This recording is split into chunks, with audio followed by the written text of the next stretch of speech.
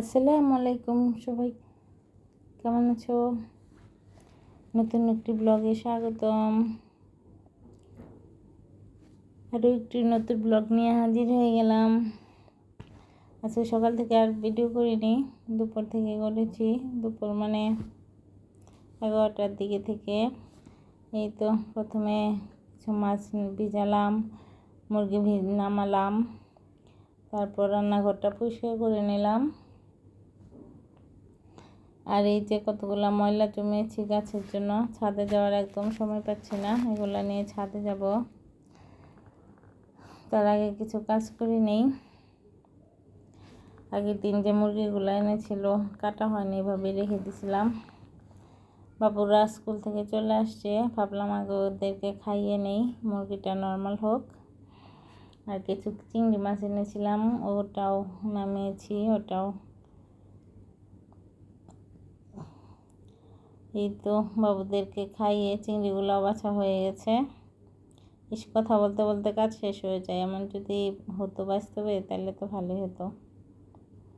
কতটা সময় যে লেগেছে এই চিংড়িটা কোটা বাছা করতে, আর বাবুদেরকে খাওয়ানোতে তো মাশাআল্লাহ 40 থেকে 1 ঘন্টা সময় লেগেই যায়। সবগুলা চিংড়ি মাছ ভালো করে ধুয়ে তারপর হালকা একটু হলুদ লবণ দিয়ে ভেজে রাখবো। এভাবে ভেজে রাখলে পরে রান্নায় অনেক সুবিধা হয়। আমি যেহেতু একদম সকালে ভোরে রান্নাটা করি, আমার জন্য তখন মাছ ধোয়াটা অনেক কষ্টের হয়ে যায়। চিংড়ি মাছটা ভাজা থাকলে উপর থেকে কয়েক পিস নিয়ে দিয়ে দিলেই হয়। এই আধা কেজি চিংড়ি আমি পুরোটাই ভেজে রাখবো।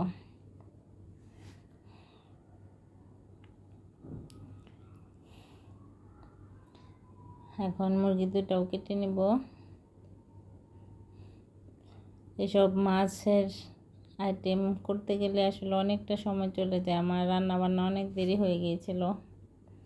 তো বাবুরা খেয়েছে দেরি করে, আনাহি স্কুল থেকে এসে খেয়েছে 12টার সময়, তাই রান্না নিয়ে প্যারা নাই। কিন্তু কাজের আর কি এলোমেলোটা ভালো লাগে না, সময় মতো কাজ শেষ করতে পারলে ভালো লাগে। দুটো মুরগি নর্মাল করেছি, দুটো মুরগি সুন্দরভাবে কেটে বিভিন্ন আইটেম করে রাখবো যাতে আমার রান্নার সুবিধা হয়। মুরগিগুলো তো আমার এক এক মাংসের পিছে এক একটা খাওয়া হয়। ফ্রেশ মাংসটা আমার কেউ তরকারিতে খেতে চায় না, ওটাতে অন্য আইটেম করি। লেগ পিসগুলা ফ্রাই করি আর অন্যগুলো দিয়ে তরকারি করি, এরকম বিভিন্ন সাইজে করা হয়। এই যে চিংড়িগুলো বসিয়ে দিয়ে যাই, চিংড়িগুলো হয়ে থাকবে।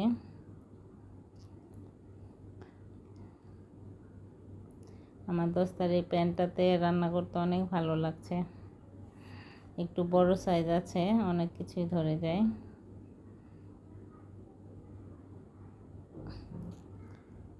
নর্মালি যে ফ্রাই প্যান ওটাই যে একটু সাইজে বড় ছিল এটা।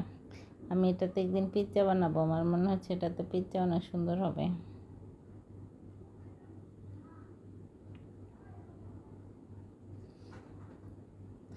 একটু লাল লাল করে চিংড়িটা এপিট ওপিট ভেজে নিলাম। এখন ঠান্ডা হলে বক্সে ভরে রেখে দেব। আর এই যে দেখো আমি মুরগিগুলো কেটে নিয়েছি, লেগ পিসগুলো আলাদা, এগুলো সব ফ্রাই হবে, বাচ্চারা ফ্রাই পছন্দ করে।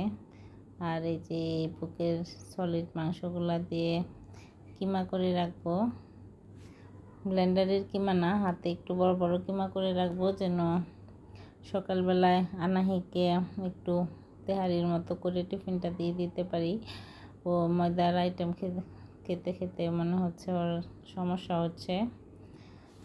আসলে টিফিন মানেই তো ময়দা আর ডিম, এর বাইরে তো আমরা যেতে পারি না। রাইস আইটেম তো ওরা বেশি খাওয়ার সময়ও পায় না, তবু একদিন দুদিন একটু একটু দিয়ে দিব।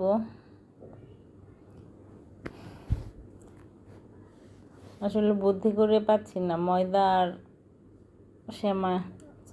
ময়দা, ডিম, নুডলস এগুলোর বাইরে আসলে বাচ্চাদের কোনো টিফিন খুঁজে পাই না। আর এগুলো খেতে খেতে বাচ্চাদের কিন্তু সমস্যাই হয়ে যায়। গ্যাস্ট্রিকের সমস্যা হয়, বিভিন্ন ধরনের সমস্যাই হয়ে যায়।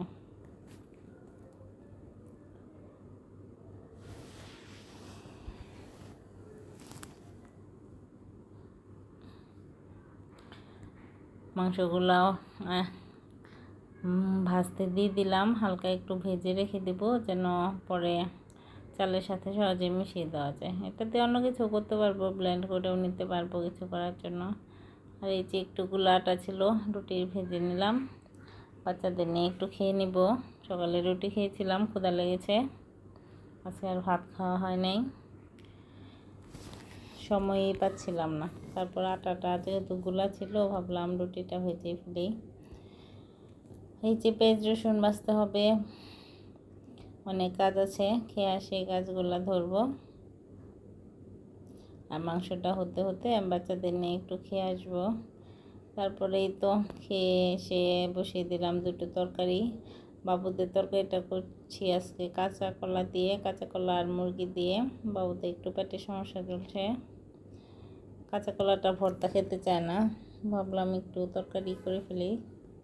একদম ঝাল ছাড়া, একটু হলুদ, একটু সজের গুঁড়া দিয়ে শুধু করেছি। আর আমাদের জন্য একটু মুরগির কাটাকুটা দিয়ে মিষ্টি কুমড়ো রান্না করব। ঘরে মিষ্টি কুমড়ো থাকলে আমার এই আইটেমটা করতে ইচ্ছা করে। কিন্তু চিকেনগুলো ঠান্ডা হয়ে গেছে, ওগুলাও ভরে নিচ্ছিলাম, চিংড়িটাও ভরে নিয়েছি একটা বক্সে। চিকেনটা ভালোভাবে কষিয়ে তারপর মিষ্টি কুমড়াটাও দিয়ে দিলাম, একটু কষিয়ে এই যে মুরগির যে কিমাটা করেছে ভেজেছিলাম, ওইটাই আমি একটু ঝোল দিয়ে দিচ্ছি। অনেকটা তেল মশলা নষ্ট করে তো লাভ নেই, দিয়ে দিলাম।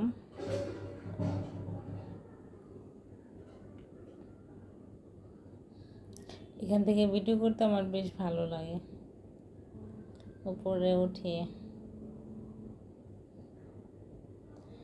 এই যে বাবুদের তরকারিটা হয়ে গেছে, চিকেন আর কাঁচা কলা, আর আমাদেরটা মিষ্টি কুমড়ো আর চিকেন, এটাও হয়ে গেছে। একটু মাখা মাখাই রাখতে হয়, কারণ এটা ঠান্ডা হলে আরও জমে যায়। এই তো তারপরের মধ্যে শুরু হয়েছে আমার দুই পিচ্চির চা খাবে। তাদের হঠাৎ মনে পড়ছে রাতে চা খায়নি, কেন ঘুমিয়ে গেছিল আর ওঠেনি। তারপর আর চা খাওয়া হয়নি, হঠাৎ মনে পড়ছে, এখন কান্নাকাটি। তারপর কোনো রকম গোসল করিয়ে চা বিস্কিট দিয়ে গেলাম। আমি এখন নামাজ পড়তে যাব। আর এই দেখো আরিশা কী করছে, আনা ঘুমিয়ে গেছে, সে আনাকে কাঁথা দিয়ে দিচ্ছে। সে সবসময় এই কাজটা করে, যে ঘুমায় তাকে কাঁথা দিয়ে ঢেকে দেয়। আমার একটা লক্ষ্মী মেয়ে হয়েছে। তারপর সবজি কাটাকুটি ঝামেলা করতে ইচ্ছে করছিল না, অনেকটা বেলা হয়ে গেছে। তবুও তো শুধু এক আইটেম দিয়ে খাওয়া হবে না, আর দুটো আইটেম করে নিলাম। শাক করলাম আর ঢেঁড়স ভর্তা করলাম, এগুলো দিয়ে এখন খাওয়া হবে। আর এই যে ডিমগুলা দুদিন ধরে এখানে সেখানে রাখছি, বাবুরা নিয়ে আবার ভেঙে ফেলে কখন। চাল ডালের ডিমগুলো রেখে দিলাম ফ্রিজে বক্স সহই, কারণ একসাথে এত ডিম ধুইতে আমার অনেক সময় দরকার। তারপর এগুলো ধুয়ে নিব। আর এই যে সন্ধ্যার সময় করছিলাম আইসক্রিম, বাবুরা ম্যাঙ্গো আইসক্রিম খাবে। আইসক্রিমটা মাশাআল্লাহ অনেক মজা হয়েছিল। যখন ভয়েস দিচ্ছি তখন আইসক্রিমটা শেষ, অনেক মজা হয়েছিল। গুঁড়ার দুধটা একটু বেশি দিয়েছিলাম, ভালো লাগছিল। তোমরা ওইভাবে করে বাচ্চাদের খাওয়াতে পারো, ইয়ামি হয়। আমার বাচ্চারা তো জমতে দিচ্ছিল না, কিছুটা বেড়েছিল 2 বক্সের পর, ওটা রেখেছিলাম বক্সে।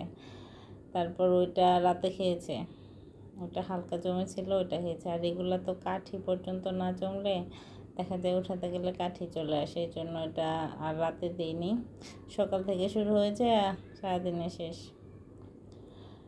আজকে ব্লগটা এই পর্যন্তই। ভালো লাগলে লাইক কমেন্ট করো, পাশে থেকো, পাশে থাকার সুযোগ করে দিও। ফেসবুক তো ভালো একটি সুযোগ দিল, লাইক কমেন্ট করলে ভিউ বাড়ে, রিচ বাড়ে, তাই না? তাই সবাইকে বেশি করে লাইক কমেন্ট করো। ফ্রিজ পারবে।